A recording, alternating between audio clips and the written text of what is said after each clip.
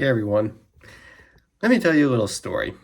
Back in the summer of last year, I saw that Pixar was releasing a new movie, a sequel to Inside Out, which was long deserved. Inside Out was such an amazing film, it definitely had worthy for a sequel. And thus Pixar released a sequel.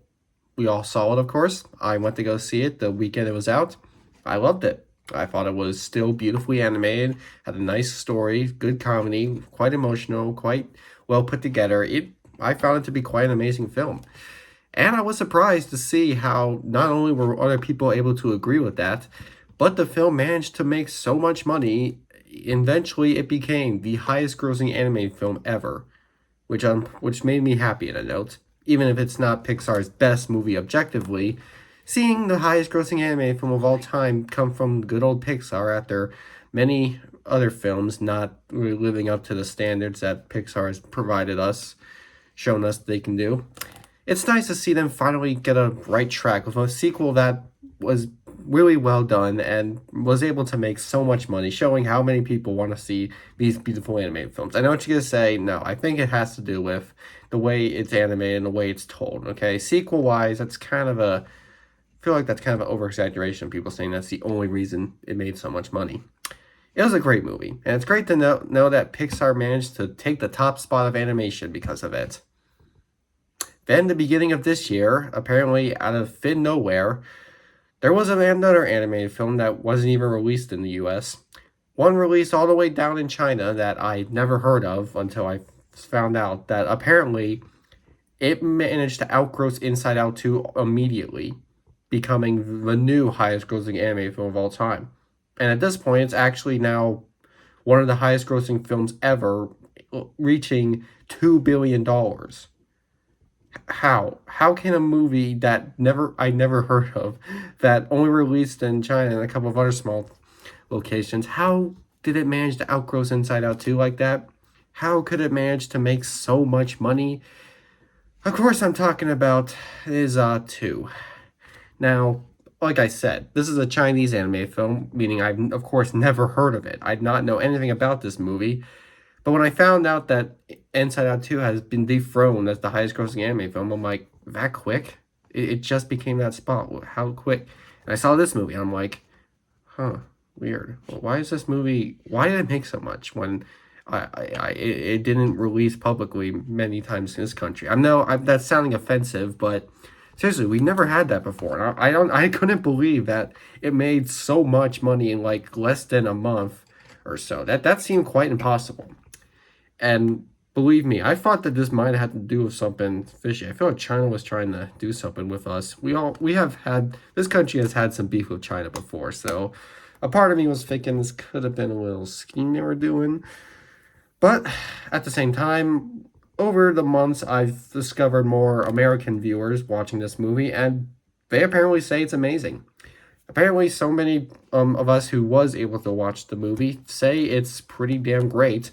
It's one of the most amazing anime films they've watched in the past 5 years. And some argue that there's a good reason it's the highest grossing anime film of all time. And I'm like, really? Really? Okay. Okay, that's fair. And then I found out that apparently they're gonna re-release the movie in more theaters here, and an English dubbed version. Yes, we were gonna finally get the movie with a more public release to us in its English dubbing glory. So when I found out that this was coming back to theaters to watch, what I decided to do was first watch the original, because obviously I've never heard of it, so I gotta see the original to know what the hype for. I watched the original. You saw I post a rating for it. It's a good movie. Yeah, it's not up there with one great ones, but it's still good for what it's worth. And then I figured, all right, why does this movie make so much? Why are people gushing over it? What's the hype around this Chinese animated film?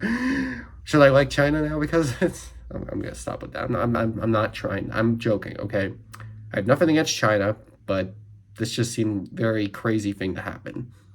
Anywho, of course, I had to take the notes. I love action movies. I love animated movies, so I guess that's a fair match. I went to go see the movie, and here's what I thought.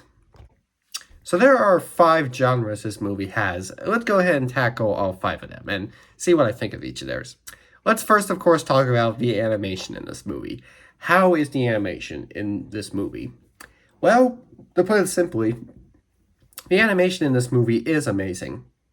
Only it isn't when it's not. Here's the thing. The animation in this movie, for the most part, it's awesome, okay? There's lots of action scenes, and they're all animated pretty stunningly. And I gotta give credit. This really does feel pretty up top notch with its animation. And I gotta give props. I love the way all the animation plays out. However, I didn't feel that way until we got to the second act. There, the first half of this movie, it's not terrible animation, but I can't say it was stellar animation either. It's the same thing with the first movie. The animation works, it's 3D animated, and maybe it's just because I've gotten so used to seeing action movies get this Spider-Verse treatment, but I don't know. When it comes to other scenes involving our characters, I feel like the only time the animation works is when there's action scenes going on with them. When there's not, it's just corny jokes, and we have these characters who do silly things, which for the most part are just kind of weird looking. Like the character designs are quite bizarre, and I know what you're thinking. Okay, maybe I'm racist because that's how Chinese people look. It's not, okay? You look at the main character who's called Ne-Zha, and tell me that you know a lot of people who look like that. Again, maybe there are, but for the most part, I feel like the designs in this movie were quite interesting. Not every character's design. It was mostly just with our main protagonist, Ne-Zha, and his silly comedic relief fat sidekick, or if you want to call him that. Yeah, I found him to be the least enjoyable part of these movies. He's obviously meant to be the comedic relief in this case, but for the most part, most of his scenes are just weird looking. Maybe I'm just too used to how comedic relief works in American cinema, but I don't know. It's kind of ridiculous when I have to watch him like that. Now, another thing that was fun to watch was the bad dubbing. Obviously, I am not going to criticize the animation because of that. I'm just going to say this right now. The animation, I don't want to give any criticism for the dubbing. It's a Chinese movie. Okay, I saw an English dub. I'm not going to complain about it because that's what English dubs are. I don't think there's a single foreign film that does the dubbing near perfectly.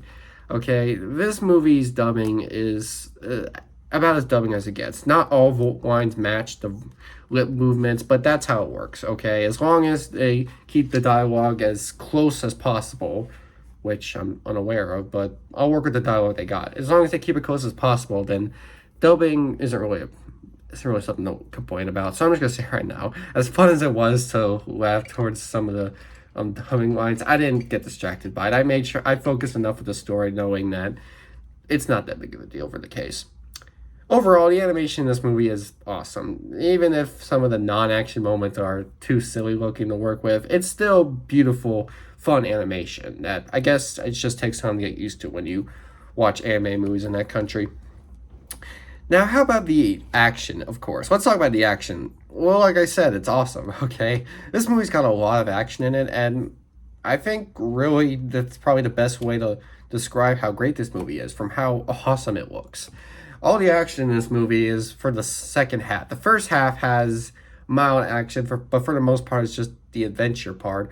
And the second act is where all the action sticks in. So it's an action and adventure movie, where adventure takes up the first half, and action takes up the second half. And I like that. I like that they mix action and adventure up into the two halves of this movie. It's fun to see because you got one half where they start the adventure and pretty much see new worlds, meet new characters, of course, have to learn new stuff. And then by the second half, they now have to not think too much and actually fight because that's what they need to do. Okay, that's amazing for this movie. Mixing action and adventure to go one part on one part. I really like that this movie did that. I really feel like if you have two genres with us that go in a similar route, it's fun to sort of have one by one. It's one of those kind of movies where one half is one big genre and then the other half is this other big genre. And yeah, that's what Ne-Zha II does. It gives us adventure in the first half and lots of amazing action in the second half. It's fun to see, yeah. So yeah, action and adventure in this movie is pretty awesome to watch. So I'll give them credit. They did great with that. All right, now what about the fantasy portion? If by fantasy I mean, what does this movie give us? What kind of nonfiction stuff does this movie provide to us? Demons. Okay, that's what this movie's idea is. It's with demons. Apparently, I've noticed a lot of Asian animated films that we've gotten recently do seem to have a thing with involving demons in their story.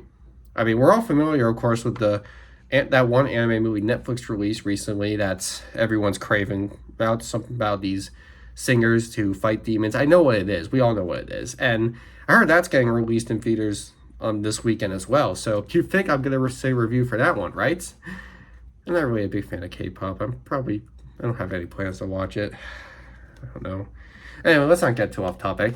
But there's a lot of lore this movie creates with how demons are born, where they fit into this world, and what they like, and how Ne-Zha fits into that category since he's part demon, mostly demon.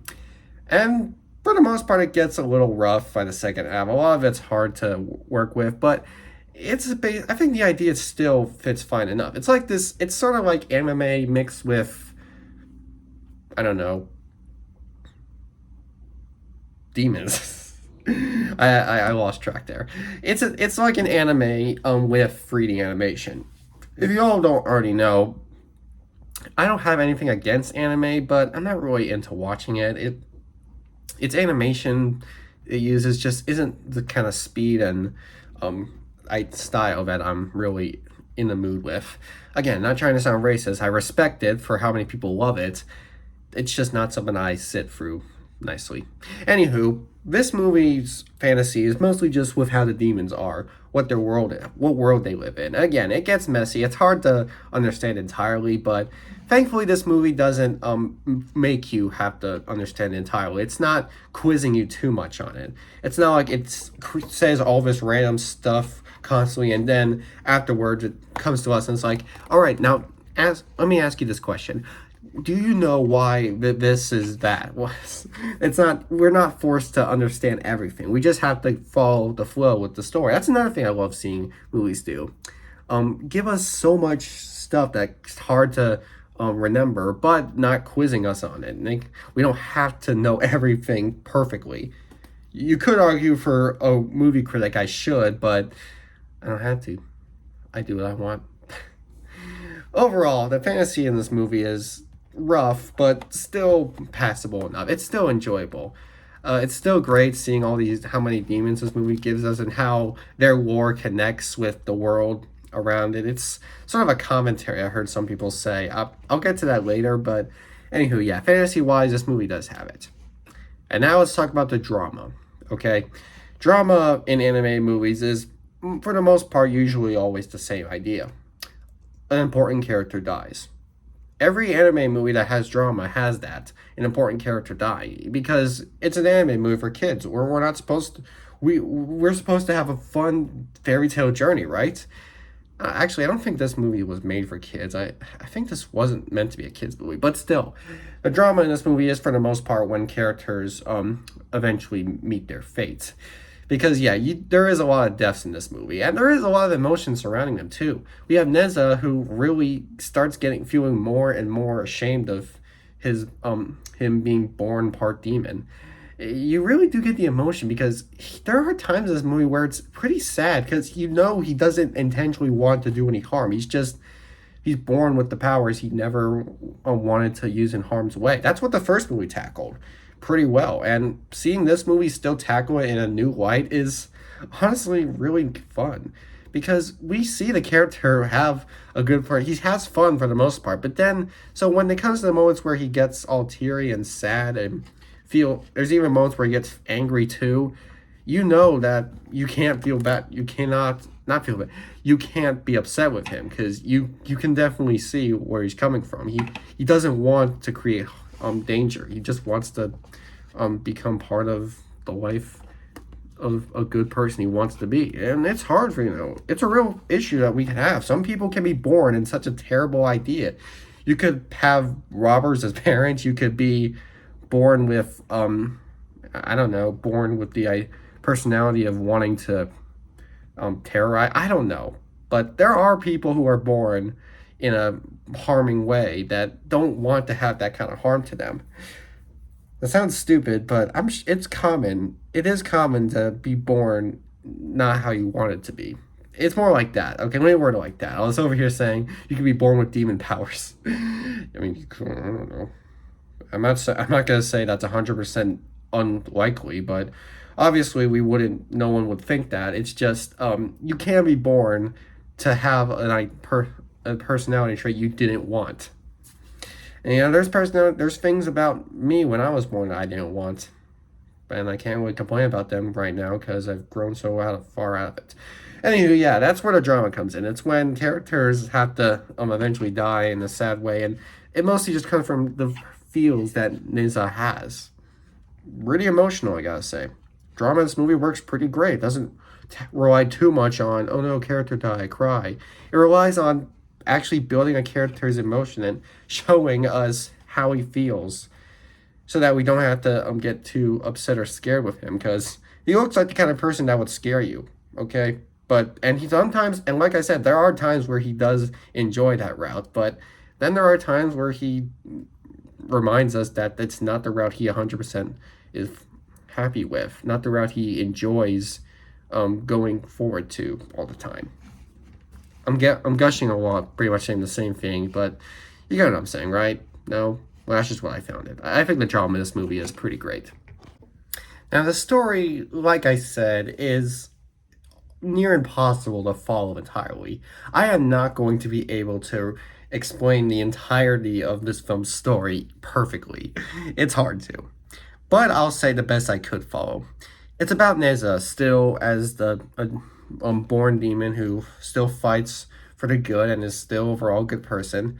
And after saved from danger that we got in the end of the last movie, and here he is essentially becomes, it turns out that he becomes part of this great ruin, and now he has to go on this adventure to try and stop the evil demons from taking over and creating him to do his justice. Like I said, it's hard to follow. I think the best way to describe it is more demons show up, and the only person who has a right for this is one who is a demon. It's demons against demons. And we have demon hunters in the movie that try to stop this themselves, and then it turns out that it's sort of a race war between demons and humans, somewhat. There are going to be if you're a nerd of this movie, if you are actually perfectly able to follow it, you're probably going to be commenting so many things I got wrong about that part. But I am not a nerd for this kind of film, okay? This is probably one of the only Chinese animated films I've seen. I know I shouldn't be blaming the country for the plot, but come on, man. This plot was so messy. The first plot was easy to follow. A danger occurred where a child was born with demon personalities, and that made everyone scared of him. But they all stopped being scared of him when he eventually used them for good to save them all.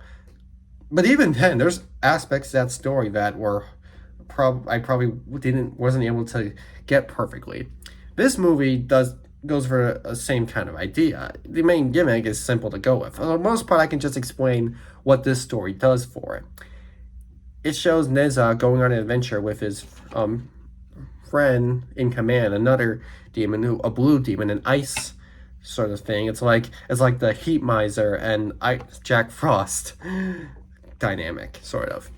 And they essentially go to try and save themselves, as well as everybody else, from more demons taking over and destroying more of their personality, as well as their planet, their city, I guess. I had to simple it up, try to make it as simple as I could.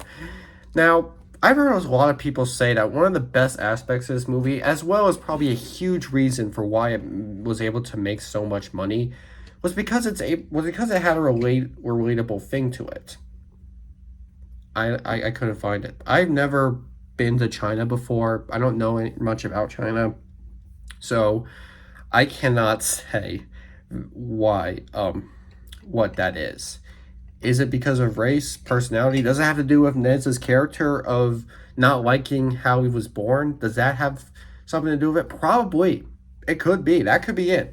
If so, then that's great. Because, yeah, that's, like I said, that is a common thing.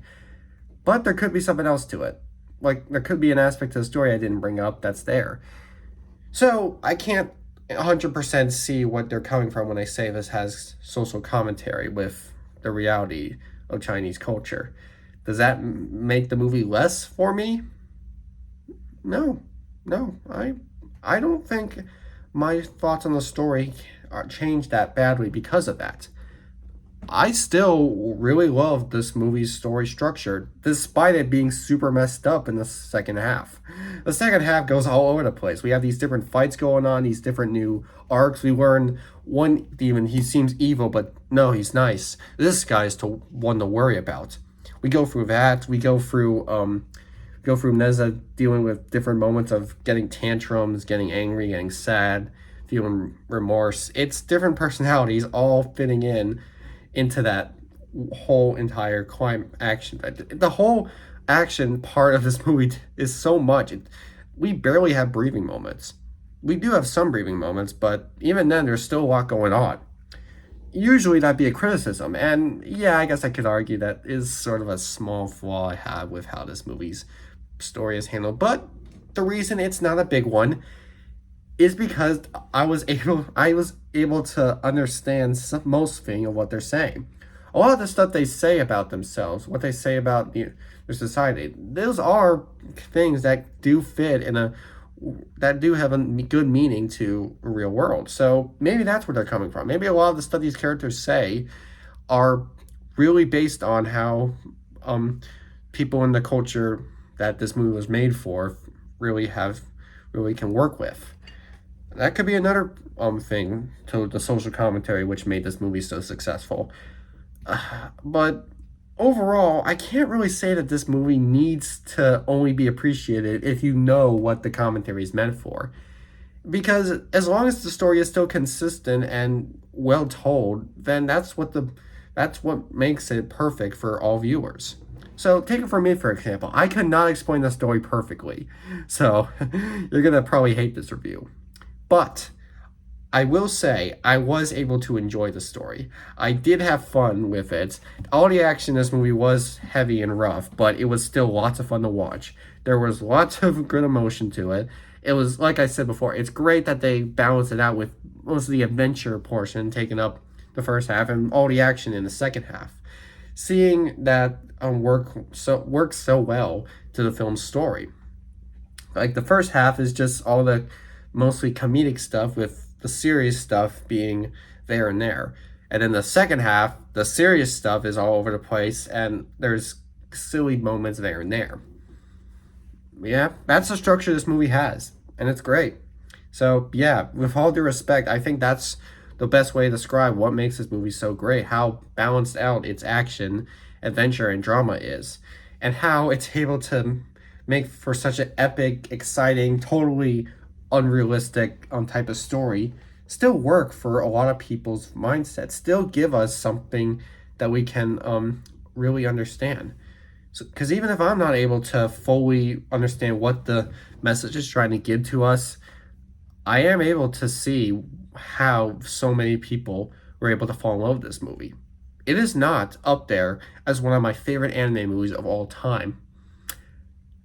I know, disappointing, isn't it? You thought I was gonna finally change my mind about Chinese cinema, but I had nothing against it, okay? It's just that, I just have my feelings with this movie. Rough story, animation, like I said, is great at most part, but when it isn't, it just comes off as a little distracting. Still, those moments don't ruin the entire movie. It's still, I'll give it an 8 out of 10. 8 out of 10 for Ne-Zha II. It's lots of fun to watch. If you love action, you're going to love this movie. If you love how movies treat its characters, you will really get into this film. And I really do feel like Ne-Zha II has a kind of purpose to it that probably makes it only work for its territory, or only work for people who understand it better than I do. Maybe it just doesn't work for me, who knows. But that's not a bad thing. It's okay to make a movie made directly for a certain type of culture or demographic. But the only thing that makes it work fine The only way you can do that is knowing that there's still going to be something that everyone else who watches it will still have fun with.